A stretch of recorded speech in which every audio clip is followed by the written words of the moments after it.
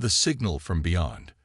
The universe had long forgotten the Valkyrie, a massive Earth exploration vessel that vanished 350 years ago, while charting unknown sectors of the Andromeda Galaxy. With 2,000 colonists aboard, it had been humanity's boldest venture into deep space. No debris field, no distress calls, no trace whatsoever. It simply vanished between one routine check-in and the next. The disappearance haunted Earth's spacefaring community for generations. Memorial stations were built. Search parties were dispatched. Theories ranged from black hole encounters to dimensional rifts. Eventually, after a century of fruitless searching, the Valkyrie was officially declared lost with all hands. Until today. Commander Sarah Chen stood rigid in the command center of Deep Space Station Olympus, watching impossible data stream across her screens. A massive object had appeared at the edge of human space, materializing as if stepping out of a cosmic shadow. The readings matched those of the Valkyrie, but something was fundamentally wrong. The ship's configuration had changed, elongated, twisted, merged with materials unknown to human science. "Commander," her communications officer called out, voice cracking. "We're receiving a signal. It's using old Earth fleet protocols, but the carrier wave, it's unlike anything in our database." Chen leaned forward, heart racing. "Put it through." Static filled the chamber, followed by a voice that sounded like multiple people speaking in perfect unison. "We bring gifts from beyond. We bring warnings from the dark. Prepare to receive knowledge. Prepare to evolve." Within hours, the United Earth Defense Force assembled an elite response team. Captain Marcus Drake, veteran of countless first contact scenarios, was chosen to lead the expedition. His crew included Dr. Elena Vasquez, xenobiologist, Lieutenant James Wong, tactical specialist, and Dr. Kai Nakamura, quantum physicist. Their ship, the Prometheus, launched from Olympus with orders to investigate, secure, and report. As they approached the Valkyrie, the true extent of its transformation became apparent. The original ship's skeleton remained visible beneath layers of crystalline growth that pulsed with internal light. Structures that defied geometric logic sprouted from its hull like metallic coral. "Energy readings are off the charts," Nakamura reported, hands flying across his console. "It's generating power levels that should be impossible for a ship that size. The laws of physics seem negotiable around it." Drake nodded grimly. "Standard approach pattern. Dock at what used to be the main airlock. Full environmental suits, maximum security protocols." The docking procedure felt wrong from the start. Instead of mechanical locks engaging, the Valkyrie's hull seemed to flow around their docking collar, creating a perfect seal. When they stepped through the airlock, they found themselves in a corridor that bore little resemblance to standard Earth construction. Walls curved organically, covered in flowing patterns that shifted like oil on water. The air was breathable but carried a metallic tang that made their teeth ache. Bioluminescent veins provided soft illumination, pulsing in rhythm with some unseen heartbeat. "Life signs?" Drake asked quietly. Vasquez checked her scanner, then checked again.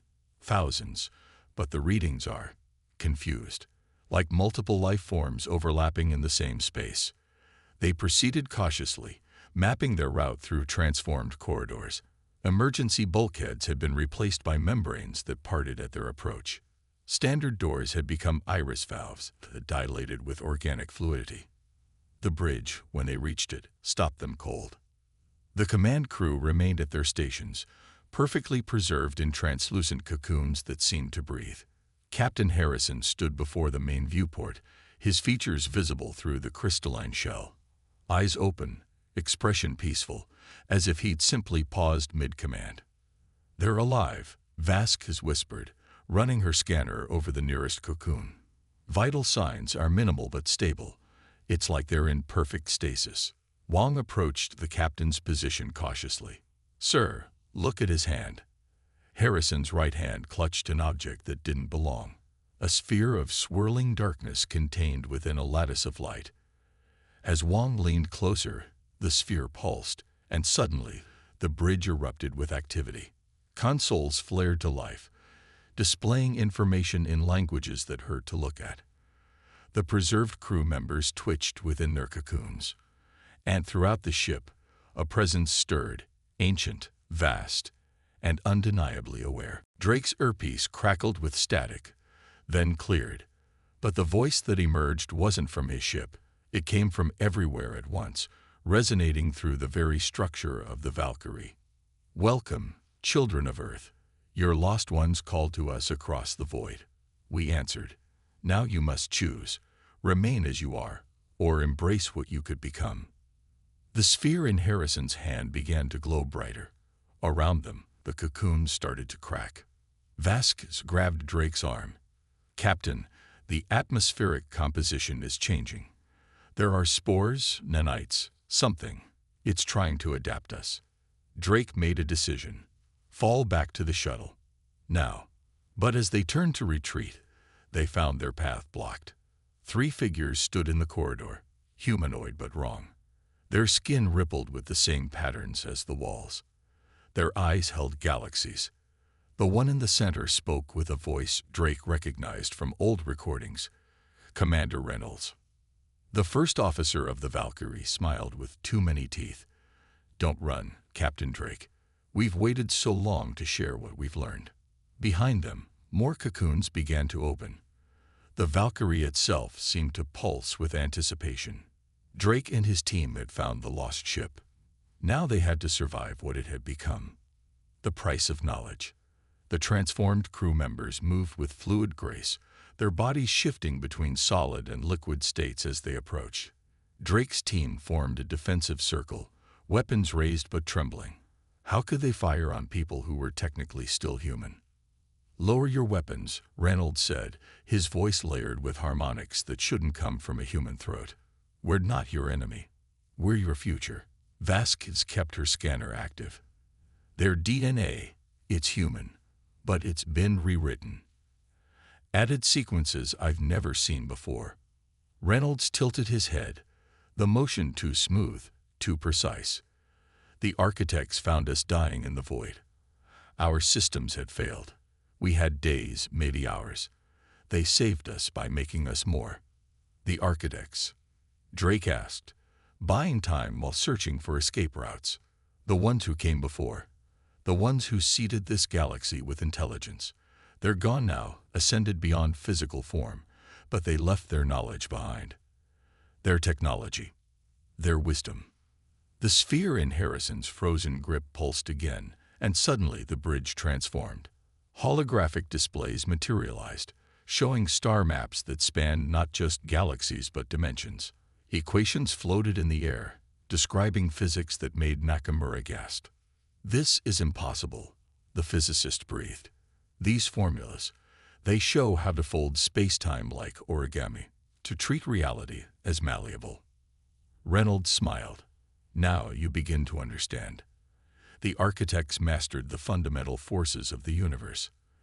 They could create or destroy with equal ease, and they chose to create us, all of us.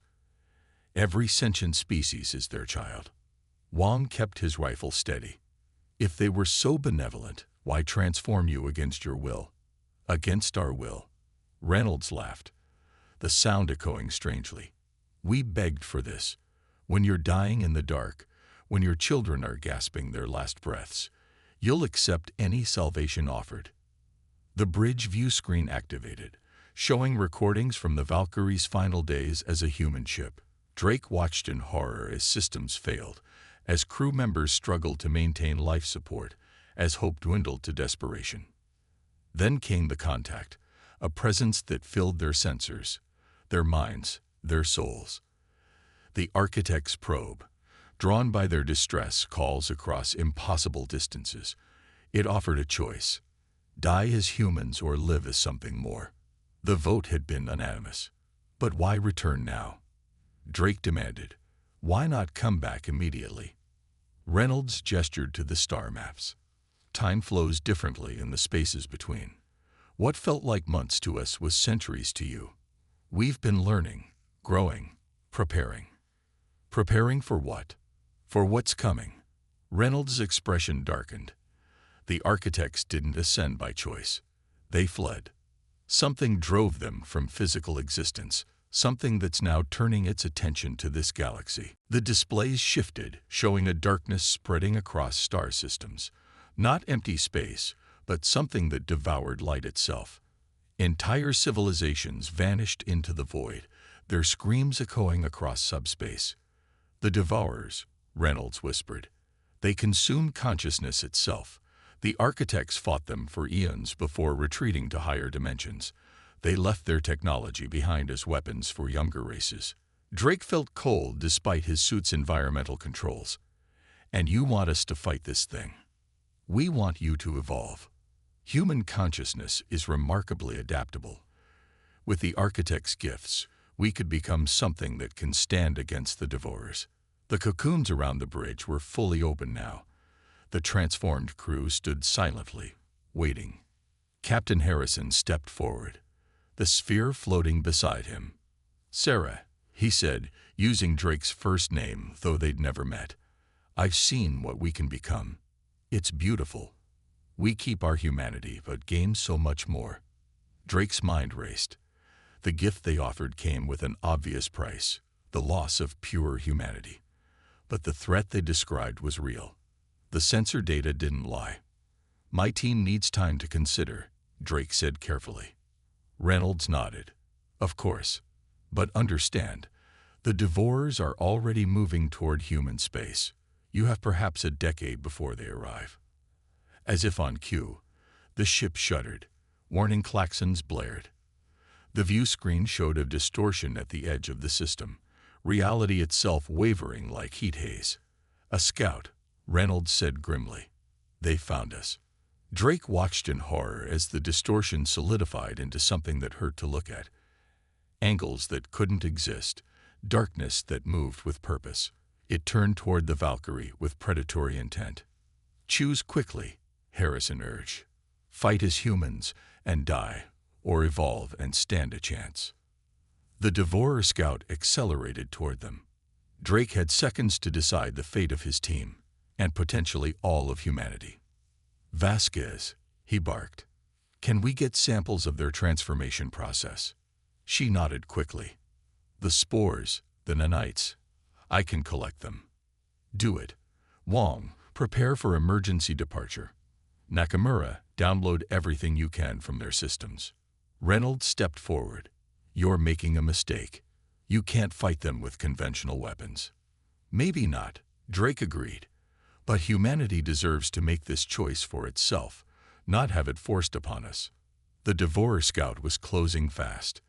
The Valkyrie's own weapons, a mixture of human and architect technology, opened fire. Beams of impossible energy lanced out, striking the creature. It screamed across frequencies that made their teeth ache. "Go," Harrison shouted. "Take what we've learned. Prepare your people."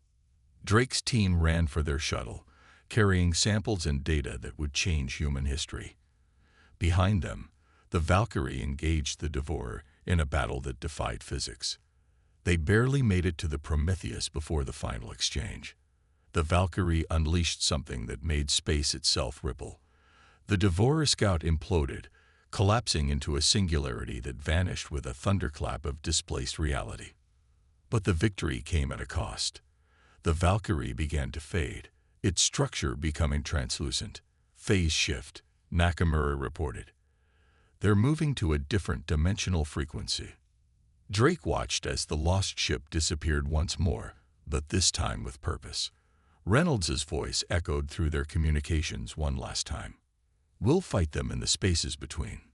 Buy your people time. Evolve in your own way. And when you're ready, call us. We'll stand together against the dark."